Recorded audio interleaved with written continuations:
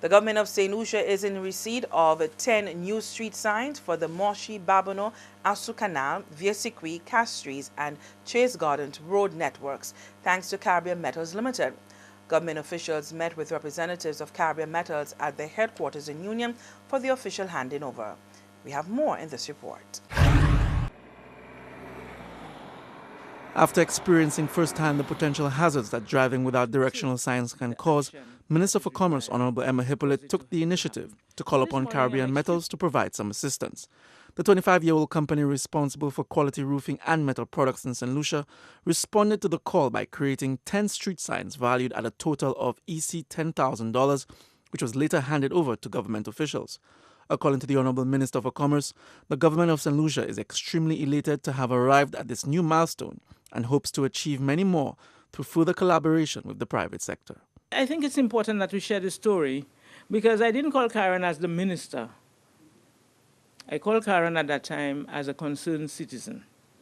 And every one of us can make a change in our country by just taking the initiative when we see something is working or not working well, to make a suggestion, but not only to make the suggestion, to take the action that is required to cause it to happen.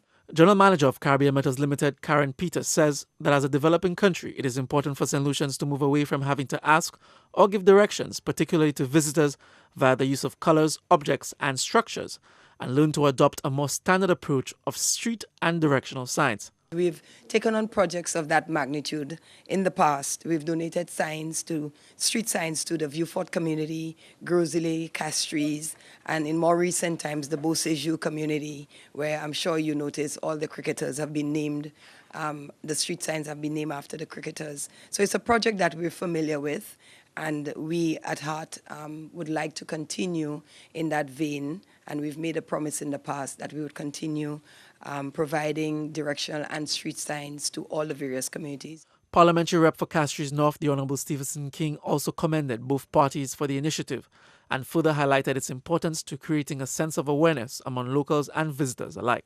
Every street in the city of Castries has a name, but you ask anybody at random, any citizen, I mean more specifically those who live in the city, if you ask them where is Brogley Street or Bourbon Street or Manuel Street or Monjiro Street and Cadet Street, many of them wouldn't be able to direct you to those locations. Director of Caribbean Metals, Mr. Michael Chasney, is confident that this new initiative, coupled with the many others which came before it, will go a long way to helping St. Lucia become a stronger, safer, and more developed nation.